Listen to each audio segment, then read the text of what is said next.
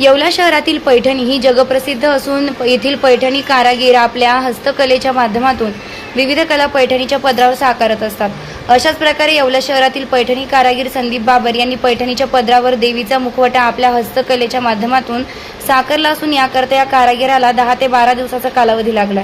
काही दिवसावरच गौरी गणपती येत असून याकरता या देवीचा मुखवटा साकारला असल्याचं कारागिरांनी सांगितलं आहे. नमस्कार. येवला हे पैठणीचं माहेरघर आहे. तर आपण पैठणीत विविध कला सादर करत असतो. तर आता पुढचा जो काळ येतोय तो गौरी गणपतीचा कालावधी येतोय. तर गौरी गणपती करता आमच्या एका कस्टमरने सांगितलं होतं की आमच्या गौरी करता काहीतरी खास अशी पैठणी तयार करा, तर जेणेकरून गौरी गणपतीला आम्हाला विशेष काहीतरी वाटलं पाहिजे. तर त्यांनी सांगितलं होतं का देवीचा मुकुटा तुम्ही आम्हाला पदरावर तयार करून द्या. तर आम्ही देवीचा मुकुटा हा पदरावर तयार केलेला आहे. तर असं आम्ही विविध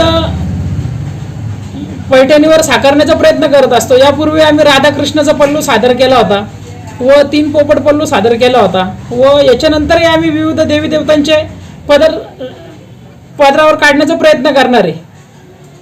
तर अशा प्रकारे आमचे जे हस्तकला आहे ती हस्तकलाचे कोणती मशीन मेड नाही, काही नाही. हँडलूमवर साडी तयार होती. साधारण साडी तयार होण्याकरता 10 दिवसाचा कालावधी लागतो. अशा आम्हाला 2 साड्यांची ऑर्डर होती. तर एक साडी त्यातली पूर्ण झालेली आहे. तर गौरी करता ही अशी काहीतरी आगळी वेगळी पदर आपण काढलेला आहे देवीचा मुकुटा. तर बघा तो कसा वाटतो आपल्याला.